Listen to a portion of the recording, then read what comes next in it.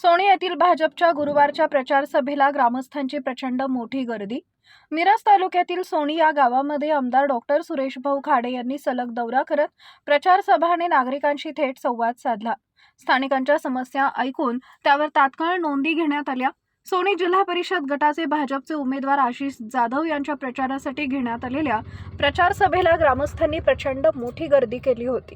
Market कमिटीत कोट्यवधींचा भ्रष्टाचार करणाऱ्यांना मी भाजपात घेतलं नाही असं सांगून आमदार सुरेश भाऊ खाडे पुढे म्हणाले, जनतेचे प्रश्न सोडवणं आणि विकास करणं हे मुख्य उद्दिष्ट नेहमी आमच्या समोर असत।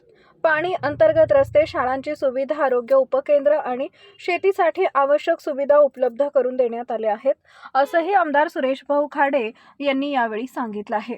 यावेळी भोसे जिल्हा परिषद गटाचे उमेदवार भाजपचे आशिष जाधव, भोसे पंचायत समिती गणाचे उमेदवार मनोज पाटील, सोनी पंचायत समिती गणाचे उमेदवार राजेंद्र माळी, नगरसेवक निरंजन आवटी, माजी नगरसेवक योगेंद्र थोरात यांच्यासहित पदाधिकारी व कार्यकर्ते, ग्रामस्थ मोठ्या संख्येने उपस्थित होते।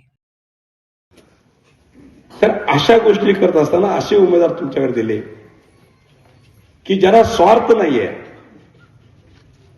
त्यांना समाजसेवा करायची आहे, अशा लोकांना आपण निवडून दिलं पाहिजे। माझ्या निवडून आलेले सभेला पण एवढी लोक मला बघायला मिळाली नाही। आज तुझ्या प्रचार सभेला लोक,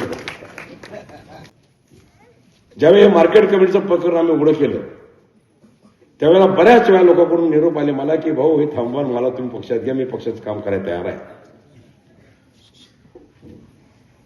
असल्या विकृतीची माणसं, धोका देणारी माणसं, गावाला फसवणारी माणसं, माझ्या मार्केट कमिटीमध्ये भ्रष्टाचार 40 कोटीचा भ्रष्टाचार करून माझ्या शेतकऱ्याला फसवणारी माणसं असे आम्ही पक्षात घेणार नाही, मी पहिलं सांगितलं।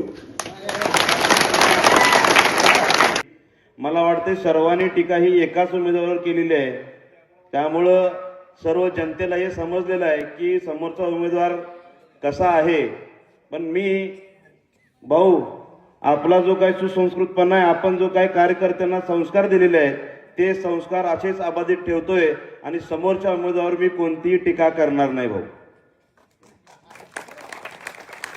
कारण काय होतं, टीका काय करत नाहीये, पण समोरच्या उमेदवाराने भाऊ माझी 2 दिवस झालं पूर्ण लायकी काढायची ठरवली। मी कुठं कमी पडलो हे मला माहिती नाही। आज सोनीकरांनी एवढं प्रेम दिलंय, मागं बघेल तेवढी गर्दी माझ्यासाठी थांबले भाऊ, तुमच्यासाठी थांबलेले। बघेल तेवढी गर्दी, मला वाटलं नव्हतं की 700, 800, 1000 खुर्च्या लावल्या त्या सुद्धा कमी पडल्या। जवळपास 300, 400 पब्लिक आहे आज रोडवरती उभारले। का तर सर भाऊ सर्वजण आपल्यावर प्रेम करतायत, तुम्ही केलेली विकास कामं त्यांना माहिती आहेत। 2 दिवस झालं तो समोरचा उमेदवार आहे ते माझ्यावरती टीका करतायत निरंजन दादा, त्या टीकेला सुद्धा काहीतरी पातळी पाहिजे। आताच कोणीतरी उल्लेख केला की कॉन्ट्रॅक्ट, हा तुम्हीच बोलला, कॉन्ट्रॅक्टर आणि ठेकेदार म्हणतायत।